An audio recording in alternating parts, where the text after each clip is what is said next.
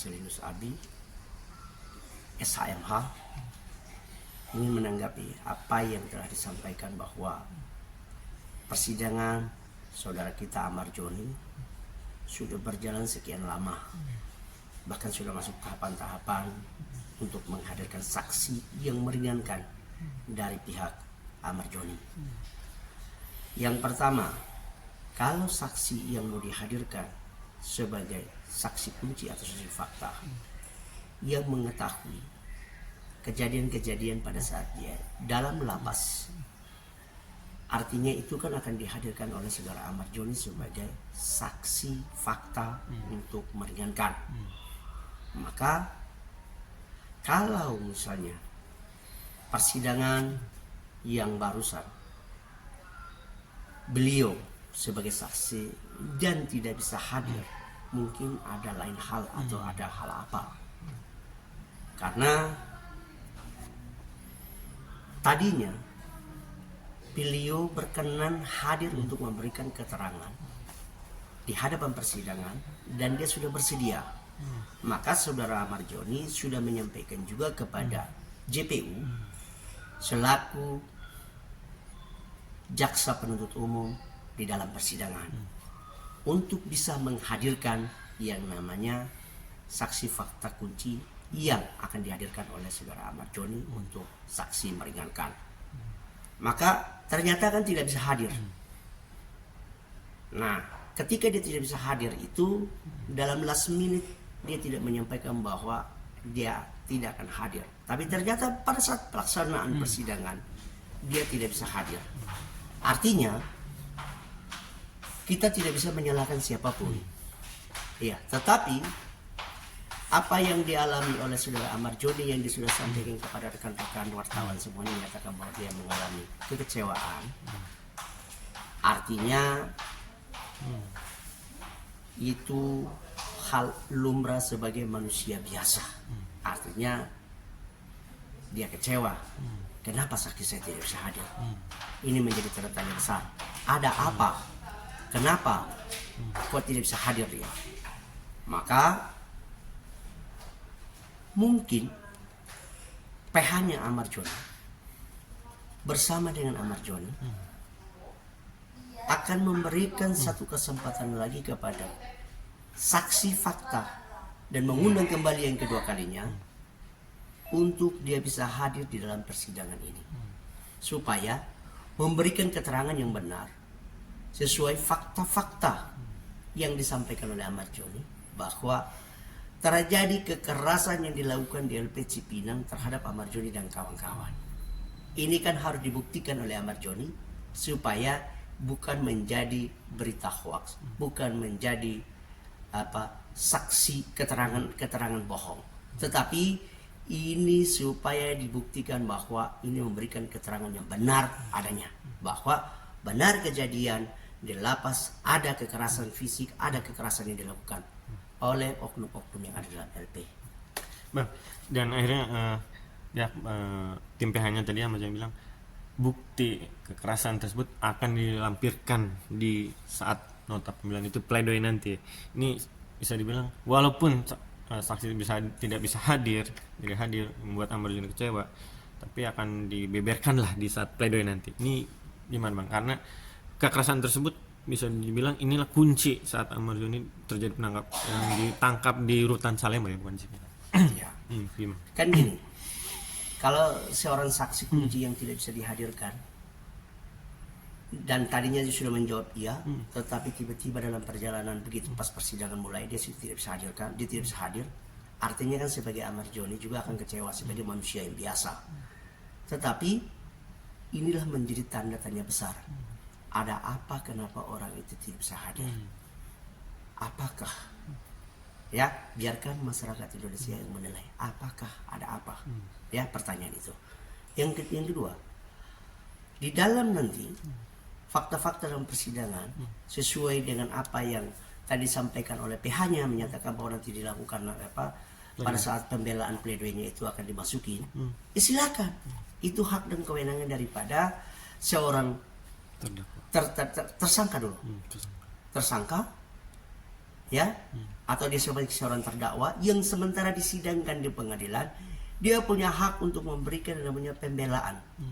Pembelaan itu apa saja? Yang merasa dia difitnah, yang merasa dia dirugikan. Itu dia membuktikan, dan dia perlu menyerahkan semua alat bukti apa saja yang menyangkut itu kepada majelis hakim, supaya majelis hakim bisa mengambil sebuah kesimpulan atau mempertimbangkannya di dalam sebuah putusan. Bang, itu kan terkait saksi yang tidak bisa dihadiri. Kalau terkait bukti, yaitu bukti chat, Ahmad Zoni 2 minggu lalu kan bilang akan membeberkan bukti chat dia dengan ex Kanit AKP Polsek Cempaka Putih terkait dia diperas 300 juta per kepala per orang. Dan saat kemarin JPU meminta bukti chat tersebut, dia bilang tidak ada, sebetulnya sudah dihapus. Ini gimana bang? JPU sempat mendesak, ini gimana ceritanya kalau misalnya kemarin dia kamu Ahmad Zoni keluar ibaratnya bilang ada pemerasan 3 juta, ini di dalam bukti chat tidak ada, ini gimana bang? Ya, inilah kita kembali kepada Ahmad Zoni harus membuktikan, karena dia sudah menyampaikan kepada khalayak umum, menyatakan bahwa ada dugaan dilakukan yang namanya pemerasan oleh beberapa oknum. Ya, ini oleh beberapa oknum. Maka Ahmad Zoni punya kewenangan untuk membuktikan itu, supaya dia bisa menyampaikan kepada di hadapan persidangan, akan didengarkan oleh JPU dan akan didengarkan oleh hakim penentu, hakim pada saat dia menangani perkara itu, supaya jangan bilang katanya, atau jangan sampai bilang ini berita bohong, atau sampai bilang keterangan palsu. Jangan. Wajib dia membuktikan itu. Tetapi kalau dalam perjalanan, misalnya tiba-tiba handphone itu error, akan tiba-tiba terhapus, atau ya kan namanya kita nggak tahu, ini kan namanya human error ya. Human error itu bisa aja handphonenya bisa 5 menit terhapus semua, kita kan nggak tahu. Maka atau mungkin tanpa sengaja salah klik lalu dia terhapus, tentunya Ahmad Zoni lah yang lebih tahu. Tentunya Ahmad Zoni dengan oknum yang menjadi dugaan daripada Ahmad Zoni, itulah mereka yang lebih tahu dan lebih paham. Tapi negara kita ini negara hukum, tentunya harus dibuktikan. Tidak bisa kita bilang katanya. Tapi Ahmad Zoni punya kewenangan untuk melakukan yang namanya pembuktian. Karena apakah chatnya itu terhapus sesuai dengan apa yang disampaikan oleh Ahmad Zoni, bahwa karena sudah terhapus berarti tentunya mungkin ada bukti-bukti lain yang menjadi penunjang supaya membuktikan itu di persidangan, supaya jangan sampai diberikan keterangan yang palsu. Bang, ini terkait alibinya Ahmad Zoni bilang sebelumnya, sebelum ada pernyataan atau pernyataan dia bilang oknum polsek tersebut memeras 300 juta, dia bilang ada mau pertemuan dengan Kanit, dengan ya oknum di atasnya, dia lah atasnya Kanit, terkait obrolan mau ibaratnya kasusnya Ahmad Zoni biar tidak naik ke pengadilan. Dia bilang logikanya ya kalau misalnya ada pertemuan berarti kan nggak mungkin lah ada omongan di chat, ada ini cuma sepertinya sebatas omongan. Ini gimana bang? Alibinya Ahmad Zoni bilang begitu bang. Abang sebagai hukum gimana bilangnya? Ya, tentunya itu bukan alibi, tetapi itu kan pernyataan. Nah, pernyataan ini kan mungkin Ahmad Zoni mendapatkan informasi dari oknum tersebut. Tapi oknum ini kan kita baru praduga, belum tentu siapa. Apakah benar orang itu yang WA? Atau mungkin WA itu datangnya dari siapa, kita nggak tahu. Tetapi kan ini baru praduga. Nah, oknum itu menyatakan bahwa lagi sementara persiapan ada rapat dengan atasan. Atasan yang mana? Kan ini kan bicara hukum ini kan harus kita terang benerang.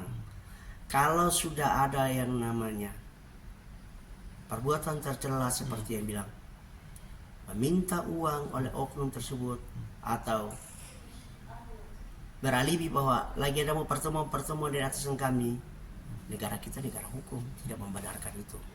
Maka itu tidak bisa dikatakan toleran. Dan kita tidak mentoleransi orang-orang seperti itu.